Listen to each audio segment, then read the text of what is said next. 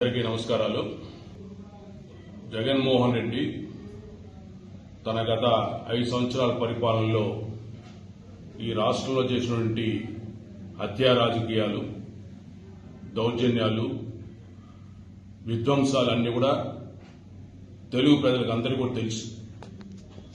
అయితే నిన్న ఢిల్లీలో జంతర్ మంతర్ వద్ద జగన్మోహన్ రెడ్డి తనతో పాటు దౌర్జన్యాలు, హత్యలు, అత్యాచారాలు చేయించినటువంటి వ్యక్తులు పక్కన పెట్టుకొని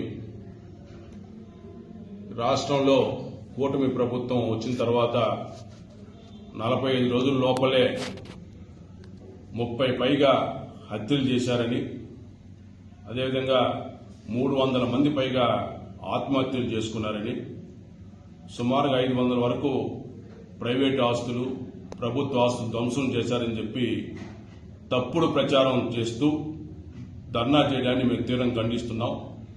నిన్న ఆయన చేసిన ధర్నాను రాష్ట్రంలో కాదు, ఇతర రాష్ట్రాల్లో కానీ విదేశాల్లో నుండి తెలుగు ప్రజలంతా కూడా చేదరించుకుంటున్నారు, నవ్వుకుంటున్నారు. అసలు జగన్మోహన్ రెడ్డి నోట రాజకీయ హత్యలు కానీ, అత్యాచారాలు కానీ, ఇలాంటి విధ్వంసాలు కానీ, అలాంటి పదాలు ఆయన నోటు రావడం అనేది చాలా ఆశ్చర్యంగా ఉందని భావిస్తున్నారు ప్రజలంతా కూడా. నేను ఒకటే సవాల్ ఇస్తున్నా తెలుగుదేశం పార్టీ తరఫున, జగన్మోహన్ రెడ్డి 45 రోజుల్లో ఈ రాష్ట్రంలో 30 పైగా రాజకీయ హత్యలు చేశారని చెప్పావు. నీకు దమ్ము, ధైర్యం, నీ దగ్గర సమాచారం ఉంటే ఆ 30 మంది హత్య కాబడినటువంటి వాళ్ళ పేర్లు ప్రకటించమని కోరుకుంటున్నాం. 300 మంది ఆత్మహత్యలు చేసుకున్నారన్నావు, ఆ పేర్లు ప్రకటించండి. ఆస్తులు విధ్వంసం అయినటువంటి వాళ్ళ పేర్లు ప్రకటించండి. వారు ఎవరన్నా ప్రజలు తెలుసుకుంటారు.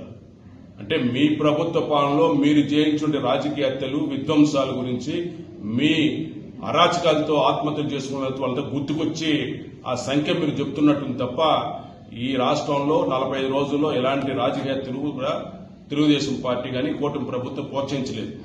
కేవలం 4 రాజకీయ హత్యలు అనేవి జరిగితే కూడా అందులో అది వ్యక్తిగత కారణాలతో జరిగాయి తప్ప రాజకీయంగా చేసిన హత్యలు కానే కాదు. వినుకొండలో మీరు ఏ హత్యల గురించి ఈరోజు ప్రచారం చేస్తున్నారో అది మీ పార్టీ వాళ్ళకు సంబంధించిన వ్యవహారం.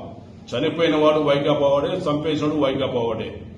కేవలం దాన్ని అడ్డం పెట్టుకుని మీరు ఈరోజు కూటమి ప్రభుత్వం యొక్క ప్రతిష్ట దిగదార్చడం కోసం ఈరోజు తప్పుడు ప్రచారం సిద్ధపడుతున్నారు, శవ రాజకీయాలు చేస్తున్నారు. ఈరోజు కేంద్ర ప్రభుత్వం రాష్ట్రానికి ఉదారంగా ఆర్థికంగా నిధులు ఇస్తూ రాష్ట్రం ముందుకు తీసుకెళ్తుంటే దాన్ని ఓర్వ లేకుండా ఆ అభివృద్ధిని అడ్డుకోవడం కోసం ఈరోజు తప్పుడు ప్రచారానికి ఢిల్లీలో సిద్ధపడ్డారని తప్ప వేరే ఒకటి కాదని కూడా సందర్భం తెలియజేసుకుంటూ, అదేవిధంగా అసెంబ్లీలో మరి గౌరవ ముఖ్యమంత్రి విడుదల చేస్తున్న శ్వేతపత్రాలకు మీ యొక్క అవినీతి భాగవతాలకు సమాధానం చెప్పలేకుండా అసెంబ్లీని ఎగ్గొట్టడం కోసం ఇలాంటి నీచమైన కార్యక్రమాలు చేస్తామని చెప్పి కూడా ఈ సందర్భం తెలియజేసుకుంటూ, మీరు ఇట్లాంటి ఎన్ని దుష్ట ప్రచారం చేసినా ఈ రాష్ట్ర ప్రజలు నమ్మరు. మళ్లీ మీకు అవకాశం మాత్రం కల్పించిన విషయం గుర్తించుకోవాల్సింది కోరుకుంటున్నాం.